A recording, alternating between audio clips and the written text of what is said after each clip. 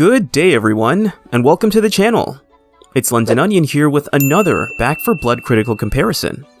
And the weapons we'll be comparing and contrasting today are the 870 Express and the TAC14 shotguns. Now just some housekeeping before we dissect these weapons. It is important to state the parameters of this critical comparison. First, because of the versatility of deck builds, such as the ones that precede this video, weapons can be morphed into variants that increase strengths or balance out needs according to one's playstyle, and will only complicate the comparison. So deck build potential will be of minimal consideration. Second, comparison will take place under two main themes: bare bones and fully kitted, which will be explained as we go through the comparison. Lastly, the weapons will be compared based on their common rarity, just for consistency and simplicity. However, I am aware that performance scaling between rarities may create different results if compared at higher levels. At the end, I will state my preference, and I would encourage anybody with opposing or agreeable views to share which of the two weapons they prefer and why. With that, let us get started. To begin our comparison, we're first going to be analyzing the weapons from a bare bones perspective, meaning absolutely no attachments or modifiers of any kind. As usual, we always look at the stats of our weapons first to have a brief, though incomplete, idea of how these weapons may perform. Looking at these two weapons, they match each other in 3 of the 5 regards, but deviate in firepower and mobility. The TAC14 is stated to be superior in firepower by 10 units, while the 870 Express has higher mobility by 20 units. Naturally, as you guys know, we'll have to investigate further. Looking at firepower, there is no question that shell for shell, the TAC14 dominates the 870 Express, issuing out 4 more pellets and with higher damage. The 870 deals out 8 pellets, one of which deals 18.8 units of damage, while the others inflict 8.8.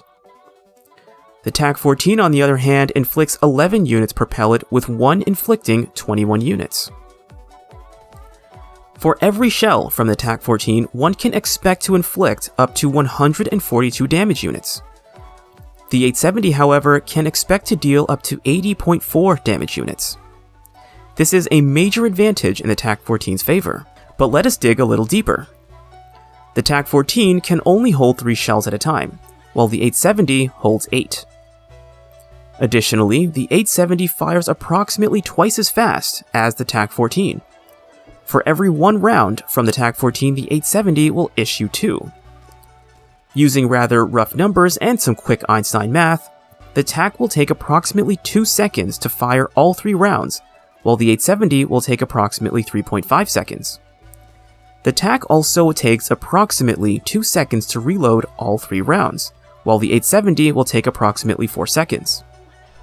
Over a minute's time, the 870 Express will inflict damage numbers north of 5,000 units, or around 5,145.6, while the TAC14 will deliver significantly more, with 6,390.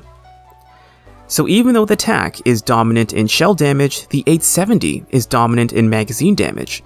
The TAC, however, bounces back with greater damage over time, due to its superior reload and lower magazine capacity, which helps out with the process. So in regards to firepower, I would give the edge to the TAC14. However, as a small note, the penetration is more in the TAC14's favor with naturally higher numbers. Range is also an important aspect when it comes to issuing damage. They are both stated to have the same effective range, however the TAC14 can maintain its maximum damage up to 7 meters away from a given target. The 870, however, can only do so up to 4 meters.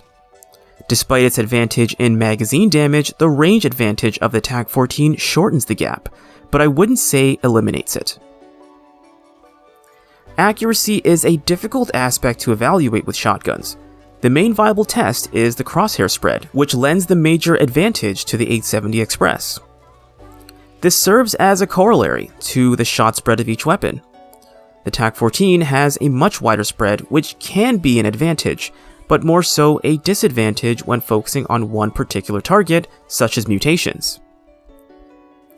Handling, in this onion's opinion, is virtually inconsequential with pump-action weapons, since there is already a healthy lull between firing rounds. Even with it sped up, there is not much of a change in performance, so this is an area we will leave alone. Mobility is already easy to observe and remains true with the 870 being superior. Moving on to the fully kitted side of the comparison, weapons will be dressed and discussed based on their attachments of need, since the attachments are consistent and will garner the same results if the weapons are dressed congruently. The practical use of the weapon, however, is where the heart of the discussion lies. A fully kitted weapon, meaning all purple or higher attachments, will garner very different results for each weapon. Now, in this onion's opinion, adding attachments to a weapon is mainly about compensating for its shortcomings rather than competing with another weapon of comparison. So for barrel attachments on the 870 Express, I would say one's best options are between a laser sight and a long barrel. The laser sight is intended to tighten its spread, while the long barrel is intended to extend its effective range and take it out of the arbitrary danger zone, or at least increase its efficacy from a further distance. Personally, I would go with the long barrel. For the TAC14, a laser sight is probably its best option since the spread is considerably large, hampering its ability to perform hipfire reliably, especially on particular targets like mutations. As for the mag attachments, I would give the 870 extended HP mag for increased magazine size and bullet stumble. Outside of gold attachments, I would prioritize bullet stumble. For the TAC14, I would apply extended fast mag for increased magazine size and faster reload speed. Outside of gold attachments, I would prioritize reload speed, which will not only aid with loading shells, but also increase the pump action speed as well.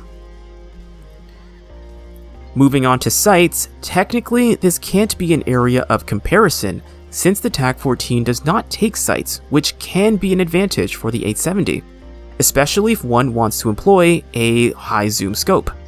Regardless, for the 870, sights can be of any range since shotgun deck builds can ultimately influence the level of sights one uses.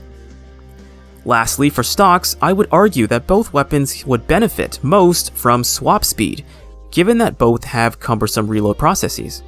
Plus, they are close-range fighters. ADS is barely a need, so a tactical stock or a light tactical stock for increased move speed and swap speed would be my choice. Now, when it comes to shooters, I have an appreciation for shotguns. Generally, they are easy to use and relatively light on ammo. Both weapons fulfill their role in being able to hit hard on targets. Naturally, it is rather easy to notice the difference between the weapons in regards to putting down targets.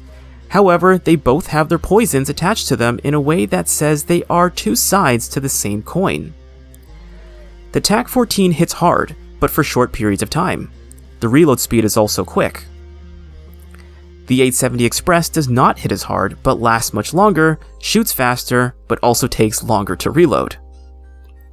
Do you prefer power or speed? RPG or Gatling gun? Both will achieve similar success, but will do so differently. A small advantage in the TAC14's favor is its stumble, which is a bit more reliable than the 870 Express, though it is barely an advantage with only 3 shells. The 870's volume makes up for the lower stumble reliability. Objectively speaking, these weapons are natural rivals. Think Green Goblin and Spider-Man. They are similar in a lot of ways. Combatively, one is more maximized in flexibility and the other in brutality. Now, the role of a shotgun is carnage in this onion's opinion, and I would say both manage to fulfill this role commensurately. When taking on mutations, for example, the TAC14 will still have to kite and reload due to its capacity. The 870, however, will issue less damage per shot, but will provide more continuous fire while evading. Again, deck builds can completely alter this discussion. But now, for our verdict. From the barebones perspective, considering the practical aspects of both weapons and the role of shotguns, I would give the 870 Express and the TAC14 a draw. It really just comes down to preference and playstyle, as both weapons cannot be used congruently. Plus, during the beginning of a given act, difficulty is typically lukewarm in comparison to later stages, and consequently, less niche-like roles need to be employed. When fully kitted, both weapons had high performance, not even including a weapon-centered deck build. However, I would give the TAC14 the victory. It is always important to consider the practical aspect of gameplay when using specific weapons. As one progresses in their campaign, difficulty will naturally rise, and the niche of a given weapon will be in greater demand.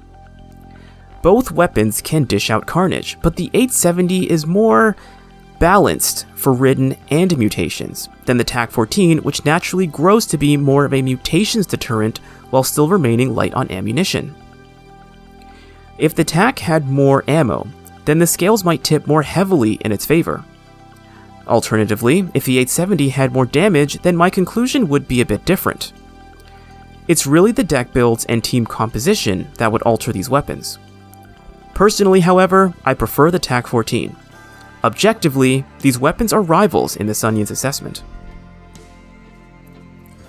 Now, I know deck builds can make alternative possibilities, but because of how versatile decks can be, that is a conversation far too complex for a discussion like this.